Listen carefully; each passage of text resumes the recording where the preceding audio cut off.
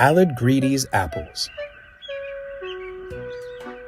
One of the engines in Edward's shed was called Aled Greedy.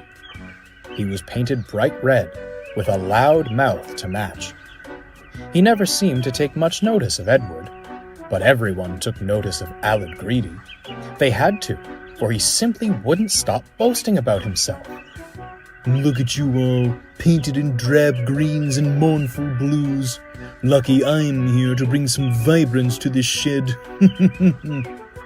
Edward chuckled quietly. The others groaned deafeningly. One morning, Aled Greedy felt very pleased with himself. He'd kept to time, and the passengers told him how splendid he looked. He arrived at the shed and found Gordon being ready for his afternoon train. Off to fail spectacularly with another goods train, are you? Aled guffawed. Dear me, Gordon, how can an engine like you struggle with a few measly trucks? I hope little Edward is at the ready, otherwise you will be in trouble. Edward gave a pitying look. Gordon yawned and hissed away. There's no need to tease him, said Edward. Oh, hush, Aled glared. You come out of the shed for a few days and suddenly think you can tell me what to do? I'm the lifeblood of the branch line passenger trains, and don't you forget it. With my grace and expertise, I'll have the express— Oh, interrupted Edward. Is that why the coaches needed their coupling hooks mended when I went to fetch them? Because of your, grace and expertise? Aled Greedy scowled, hid himself in a cloud of steam, and pretended to be asleep.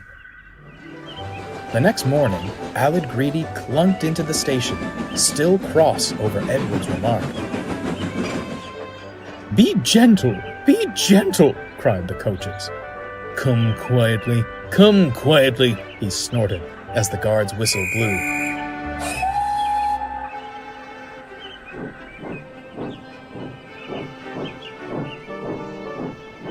Silly little engine, he huffed. Now show him grace and expertise. Aled Greedy would show Edward something, just not what he'd hoped for. Along the branch line was a church with an orchard. The apple trees were well looked after to ensure their branches didn't obstruct the line. That morning, some of the church boys climbed a tree close to the railway. They thought they'd steal some apples while the vicar was preparing his Sunday sermon. Careful, John, said one. That branch doesn't look very sturdy. It's sturdy enough. Just you be ready to catch the apples.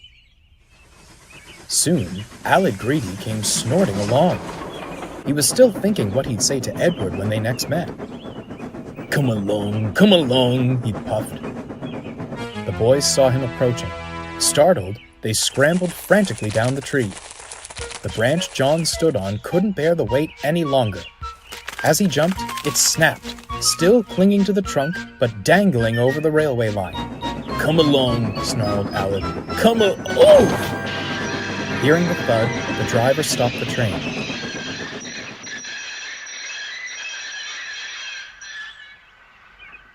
When he and the firemen came around front, they laughed until they cried.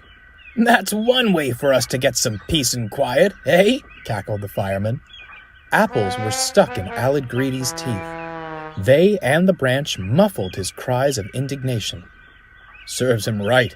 All that boasting gave me a terrible headache, smirked the driver. All day, Aled Greedy traveled up and down the line, the apples and the branch staying firmly in place. The passengers didn't think him splendid now. They erupted with laughter. Aled's face turned as red as his paint. Unlike the passengers, the vicar wasn't laughing when Aled next passed the orchard. Give me back my apples, you thieving engine!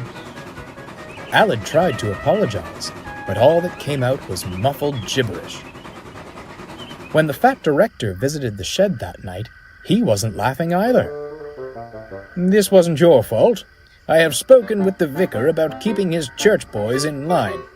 However, I do not approve of the ruckus you've been causing. You will stay as you are. Perhaps a night of quiet reflection will set you straight. He spun on his heel and strode away. The other engine snickered. "I say, little Edward," winked Gordon, "how does the old saying go? An apple a day keeps the director away." "It seems several bushels couldn't keep him from Aled," chuckled Edward. Aled Greedy had certainly gained expertise about apples, but felt far from graceful.